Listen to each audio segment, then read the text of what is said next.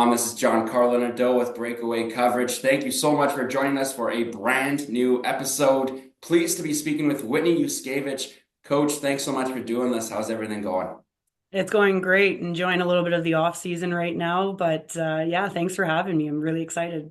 My pleasure, and thanks so much for jumping on. I have to ask you about your last name because, we've talked about it a couple times how there's not a lot of people that can say it properly. So, where does that name come from, and how many people actually get the chance to say that right?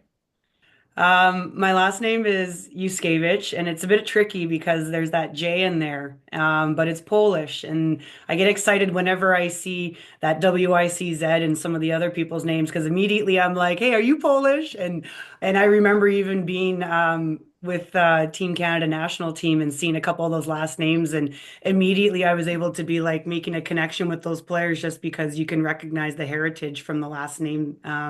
And it does get a little tricky, so I have to tell a lot of people, especially hockey people, if they know a player, and I might be dating myself here, but Dmitry Yuskevich was a guy that I knew growing up, and so I tell a lot of people, if you can say his name, just take out Dmitry and put in Whitney, and you got it right on the head. Incredible. I'm kind of the same way with Giancarlo Stanton in the MLB, so I get where you're coming from there. You're from the prairies. You grew up as an Edmonton Oilers fan. You still are an Oilers fan. Started playing as a goaltender, Mhm. decided to play up front, and now have an incredible coaching career. Let's just take a second to acknowledge, kind of where you're at and where females are at in hockey in general. Yeah, so I'm in British Columbia. That's where I'm working, and I work with not only male but also female players there, and I've been coaching for 15 years. So I work everywhere from the grassroots all the way up to even junior A level boys. And I find a lot of my time is spent helping, whether it's mentoring other female coaches, to try and follow in, what they would say some of my footsteps, where I've found myself being the only female coaching, even on the male side. A lot of times when I had head coaching jobs, I never saw another female across from me. So I find that, with this next generation of women, whether they're players, and being able to help push them into their post-secondary careers, that's a huge avenue that a lot of women get to go through, helping bridge those gaps between the relationships from who they are as a player to where they might play next year, or even on the coaching side, working with a lot of women in their local communities to try and strengthen. Because a lot of female associations, they really are wanting to have female coaches, but we still need to work on developing those women, whether it's just giving them the permission to be themselves and to believe that they have something to contribute. I do a lot of that type of work in my career, and that's where I find a lot of my focus nowadays is not only just being on the bench, but also being, on the sidelines and supporting those and strengthening those that are on the bench. You and so many other females in sports have had to overcome a lot of obstacles. And so the Mhm. question I want to ask you here is, do you feel that there's still room for improvement, still another level to get to before more females are accepted inside of sports? I would definitely say it is different nowadays than it was even 5 or 10 years ago. You're definitely seeing organizations open to the opportunity of getting women involved in more key roles and not just support roles or in the background. So that's a very exciting thing, and it gives a lot of hope for those that are coming up. Maybe those are coaches that are in the university stream right now and they're looking at maybe moving into the PWHL, or maybe they, are skills coaches like myself and they have that certification and the qualifications to contribute to a junior and or an American or even an NHL team. So you're seeing a lot more of that, but I think we do have a lot more to go before you see that 1-to-1 or even a 2-to-1 ratio of male to women. So there's a lot of women that have paved the way. Jessica Campbell is a huge one. You know what I mean? There's a lot of weight on her shoulders and everyone's staring at her. But because she broke through that and because she's doing such a great job of representing, a coach is a coach and it doesn't matter really if they're male or female. I think you're going to start seeing more of those opportunities. Being a part of the NHLCA on the female mentorship side, they help in terms of giving us opportunities of getting FaceTime with NHL coaches, with other personnel, whether it's video skills, assistant coaches, scouting, getting to be in the room when they're going through their development camp and seeing that process. It gives us an opportunity to see what that environment is like. And I think a lot of the time it gives affirmation to a lot of those women that you actually have been in environments like this in your other jobs, right? You just haven't been maybe part of Colorado or Seattle or Boston, you know what I mean? But getting an opportunity to see people at the beginning of this past season, seeing Corey Chevry on the bench, seeing Jessica Campbell on the bench, knowing Haley Wickenheiser has done development with Toronto, those are only going to create more opportunities because it's going to give the organization almost an opportunity to get used to seeing women in those positions. So when they see them on the interview, it won't be weird. It'll be very normal. Let's just talk about your qualifications. And I think that's going to happen a lot faster nowadays than it did 10 years ago. No, 100% for sure. And it's not just, coaches, female coaches, but you take a look at the PWHL. It seems like all their staff are females, whether it's a coach, a general manager, a broadcaster, somebody working customer service. Myself having the opportunity to attend some of the games recently, Mhm. you're seeing a lot of females, and it's great because it's giving them that environment to work in and to be recognized. And you obviously do have connections with Corey Chevry and Troy Ryan, but let's take a look at the player's perspective of the PWHL. I know you Mhm. know Micah Zandyhart a little bit, the captain for the New York Sirens, Jen Gardner as well. So, what do you think the players are feeling right now? I definitely think they're feeling pressure because anytime that you now say, just like any coach when you get a job and they say, well, we do expect results and here's your salary for results, you're going to put pressure. I know those players have been putting pressure on themselves already. When I ran into Jen Gardner at the rink, and she was just sharing her experience, she was just coming off of her NCAA championship, and she was telling me about her graduation year and that experience, and how she was getting nervous about June coming up and the draft was coming up, and I could see it. But I know her. I know her through BC hockey. I've seen her. We've seen her grow up. We've seen people like Micah Zandyhart growing up, and I remember seeing them as the U18 age group. They put a lot of pressure on themselves. So I don't think it's something they can't handle, but I know it's there. And when you have fans, when they came to Rogers in Vancouver and we had a sold out crowd, there's pressure on them. They know they need to perform. It's not new to them. They've both worn the Canadian jersey. They've both gone on to win successful tournaments on an international stage. So they can perform. And I think that's why they've been chosen for those positions. I think that's why Mike has been chosen as a captain, because not only can she handle it, but she can lead a team through those situations, and almost soften the room a bit and take a bit of that pressure off. But those players know that they have a job to perform.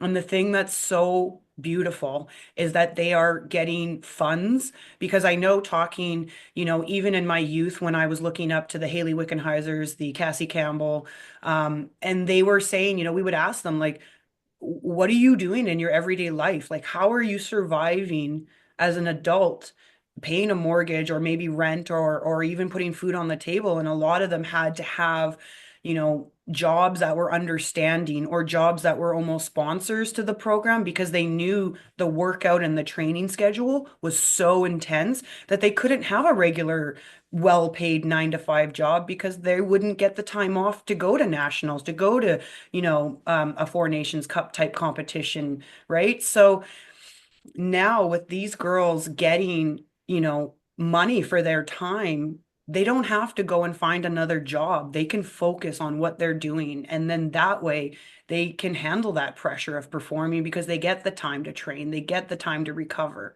So I think that is such a blessing. And I think you're only going to see that increase more as you get more sponsorship to these teams, as you start to see, even the playing cards are coming out, the jerseys are coming out where I can buy somebody's jersey. I can go and buy Micah's jersey if I want, right? You're going to see a lot of that, and the crowds have said, we want this, we want more, we want to spend our money on this program. And so I think it's only a matter of time before maybe even we see an expansion, right? So it's really exciting for these women that they get that opportunity to focus on what they love. 100%. I couldn't agree more. And like I said, being able to take in some of the games, you really do get to see that firsthand and really get an Mhm. appreciation for everything that's going on. Of course, the PWHL playing 9 takeover games, meaning that they had 9 games this season in NHL arenas or other arenas across North America. They were in Vancouver. They played at Rogers Arena. I know you were at that game. Talking about that experience. It was emotional, like just, pardon me, very quickly, like seeing from almost all aspects, from seeing the young players that I've worked with in the community on their minor hockey teams, getting to be fans, making their signs. You know what I mean? Some of those girls that were young, and I find it so cute and endearing that even when I do development with some of the young programs, girls will say like, "Have you played in the PWHL?" Because they're of that generation where they don't know any different. Like they're almost oblivious that it's only 2 years old. You know what I mean? And so I'm almost a little envious of those girls that get to wake up not knowing any different. I remember having conversations with my grandpa, and he would say, "So are you going to play in the NHL?" And, me being, 12 at that time saying, "Well, grandpa, only boys play in the NHL," right? So now it's girls being like, "Are you going to play professional hockey when you grow up?" And they can say yes and have a place to go. Seeing, other people in the industry also enjoying, other parents. It was just overwhelming. It was a beautiful experience. And like I said, I found myself almost with like a napkin, constantly wiping off the tears of pride, of joy, and just how exciting that it's finally here. Yeah, it was cool. One of the cool things about going to a PWHL game is they have a video that they play before every game Mm. with little girls and some of the PWHL players talking about what it means to have a league. And it's just such a powerful video. But you've also had an opportunity to be a part of a lot of memories and a lot of different experiences as a coach. So Yeah. where are you coaching right now? Right now I'm still in the Lower Mainland. We're actually developing a double A and a triple A league at the U15 age. So I did some work at the U18 with the girls with Team BC and in the CSSHL. I also work with the triple A and the BCE. So I've worked with the Fraser Valley Thunderbirds. I did a little bit of work with the junior program there, one of the new teams in the expansion with the junior A program, but they're really pushing on the female side to try and get almost like that double A, triple A program.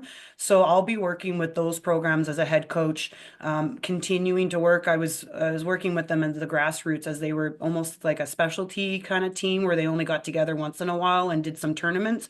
Next year is going to be the first year they kick off an actual league where they have teams where they're playing a full season, where they have that same commitment of practices every day. So I'll be head coaching one of those zone type programs in the Lower Mainland, which will be really exciting because it'll give an opportunity of girls who didn't have that before. They usually had to wait until U16, U18 to get like a AAA elite experience and to get that focused development and training. So I'm really excited to be helping pioneer that new level, and especially in British Columbia. I know Alberta has been pushing already for that type of a league, but British Columbia is just starting to really develop that. And I'm excited to work not only as a coach, but also as on the development side to help develop that talent. So I'm looking forward to that. And I'm preparing for that in the off season in terms of our planning and recruiting. So those are some exciting things that are coming down for the players in British Columbia. This is a loaded question, and I realize that, but what's one of your favorite parts about being a coach? I always ask myself that, and I sometimes you always struggle with the answer, but as soon as the off season comes, the answer becomes very clear. I love working with people. I just love it. And I always feel like, what happened to my family? Like when the season's over and you're not surrounded by 20, athletes and your coaching staff and your parent group.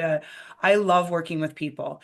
I think even if I look back at my degree and stuff in university, it was pardon me, all around human studies, whether it was psychology, sociology, philosophy, health education. A lot of that was all about humans and how they behave and how they interact. And I find like coaching is a great avenue for me to be able to dig into that. I love working with people in terms of helping them work the problem, whether it's from their skills or even a mental, emotional problem, and moving and achieving goals. So I find that that's a huge part of coaching, those relationships, that, critical thinking, the support and development. And I think that's what I miss every time a season comes to an end is just working with people. You've had the chance to coach some incredible teams, taking a look at, of course, BC Hockey, Hockey Canada, as well as some incredible players. Um, what jumps out to mind when I bring that up? Any memories? I was very fortunate to be a part of the 2023 Team BC program that actually won Canada Winter Games. And funny enough, we were coaching against Corey Chevry in the final. And I tell you what, she is a very smart coach, and she knows exactly how to, use her players in different situations. So it wasn't an easy win, but it was incredible. And what I get anytime, whether I'm working with the U16 Team Boys program along their camp, and whether it was with the U18 girls, I'm always humbled by the ability of these players. And sometimes, you can get caught up, in the strategy of it, and expecting sometimes these athletes to be, perfect, and you can get frustrated maybe if things don't work out. But when you sit back and you really look at them as human beings, I'm always in awe. Like I'm just in awe of watching. And that team that we had that won the Canada Winter Games, there was incredible players on that team. We had, Jordan Baxter, we had Molly Cole, London McDavid, we had Danica Maynard, who just recently, Chloe Primerano. Like those are incredible players that, sometimes you feel like, am I worthy to be here to help them because they're just so good? Even when I went and helped on the national, and that's where, like you said, I met Troy Ryan, and you're sitting there and you're looking at, Poulin, you're looking at Nurse, and you're looking at these players who are just such icons, and you're just humbled. You're humbled by what they can do as an athlete with the equipment, the ice, and just executing it at top speeds. Like female hockey is fast. It is fast, especially if when you go and watch the PWHL, people are surprised at, wow, like this is physical, this is fast, this is good hockey, and it is. And it's incredible because anybody who's tried skating, who's never skated, knows that just skating in general is not a very natural thing. So, working with those teams and being a part of that and being a part of being able to help them achieve those goals, um, it's just humbling. It's a very humbling experience, and to get to be a part of that is incredible. Did you ever think coaching would be something that you would be doing? No. Like if I had asked myself as a kid growing up, like I actually left hockey and went to a completely different career path because I didn't see that there was a future. I didn't know that there was somewhere I could play. So I never thought that I would be now full time living in Vancouver, paying for my bills because of the hockey industry. I do not have another job with hockey on the side. I am a hockey professional. That is my full-time job in many different aspects. And so I'm blessed and fortunate to be able to do that for a career. So I never saw that this was going to be in my future. I hoped, but I never saw it. So yeah. Well, you're a coach now, but you weren't always a coach. You had an opportunity to be in the entertainment industry. That's a pretty cool experience for sure, and more than one experience. So just talk to me about that. I've always been creative, and I remember even in university when I was playing for my university team, we had a really good theater program, but I wasn't really allowed to be a part of it because you can't tell your coach who's basically paying for you to be at school that you're not going to be in practice because you got to be in a show. So that's always been on the back burner. But when I decided to finally kind of step away and I'd put my time in, I went back as like a mature student, pardon me, and I got a degree in the film and television industry. And I did a lot of theater. I did Shakespeare in the Park, and I did, lead roles in plays and comedy of errors and fun shows like that. But recently, and it was really fun in the pandemic where I found my love of hockey and my ability to work in film and television. And I had done stunts because I was very physical. So I said, where could I fit in this industry? And stunts was a natural thing. So I got trained up. I got, my certification in stunts. And a friend of mine reached out because they needed a double for one of the main characters. in a special ability stunts. And because it was during COVID, once I got into the system in terms of getting tested every day and all that to be clear and know that you don't have COVID, they just kind of kept me on. So something that was only going to be a short show on the Mighty Ducks turned out to be I was there now for the whole season. And so I fulfilled a bunch of different roles. And it's kind of fun watching the first season on Netflix. I can be like, oh, there I am as a coach, and no, there I am as a ref, and there I am as a player, and there I am as one of the moms. And so it was kind of fun to see that marriage of acting and hockey come together, and especially in Mighty Ducks, because that was like you're growing up and seeing that. So, and I even to this day still sometimes when I show up for development, kids will be like, "You were in the Mighty Ducks," and I'll be like, "Yes, I was. Hi, how are you?" So they get it's really fun. It's just like a fun thing to get to talk about. But yeah, that was a part of my life after hockey and then before hockey came back. That's awesome. I have to make sure I print off one of those photos and get you to sign it for me. That's pretty cool. Just a couple more for you, Coach, before I let you go. And again, thanks so much for doing this. Mhm. One of the quotes that you're kind of known for, that kind of jumped out at me was success happens when preparation meets opportunity. What does that mean to you? Why is it something that you use? That came to me, and I think it was instilled by one of the best managers I've ever had in my life. This manager was a huge part of my life in terms of just helping me understand. I was a young person at the time, early in my career. And he would always say, set yourself up for success. And now I was in like sales. So the idea was, set up your station so that when you have clients and customers and they want to purchase, you have product, right? When there's demand, there's no time to restock things or to get more product. So make sure you're set up for when that success comes later. And that kind of always resonated as I moved into even my coaching and the concept of success happens when preparation meets opportunity is you're not going to wait for opportunity to then start getting ready for it. By that point, it's almost going to pass you by. It's going to happen so quick. So all that time, and athletes have that very same mindset. They're not going to start working out once they've gotten the job. They have probably been on a workout schedule. They've been worrying about their health and their recovery so that when opportunity arises, they just step up and they become successful. There's no question on whether or not I'm going to succeed. It's in their vocabulary, it's in their body. They just do what they've already been doing. And now they have that opportunity, and success is almost a given because they've prepared for it. So that's always been something. And it reminds me, for example, in this downtime in between seasons, not to just don't spend too much time on the golf course enjoying that. Make sure you're also preparing for next season, prepare for what could come, stay in good condition so that when all of a sudden, whether it's a competition or an interview or any type of opportunity, you're just plug and play. You're going. You're not trying to make up for lost time or something. So that's always been something that's resonated and just reminded me to kind of stay focused. And I think it's a very true statement, and a lot of people could resonate with it. Couldn't agree more. Last one for you, Coach. What advice would you give to a young girl wanting to have a career in hockey, whether it's as a player or as a coach?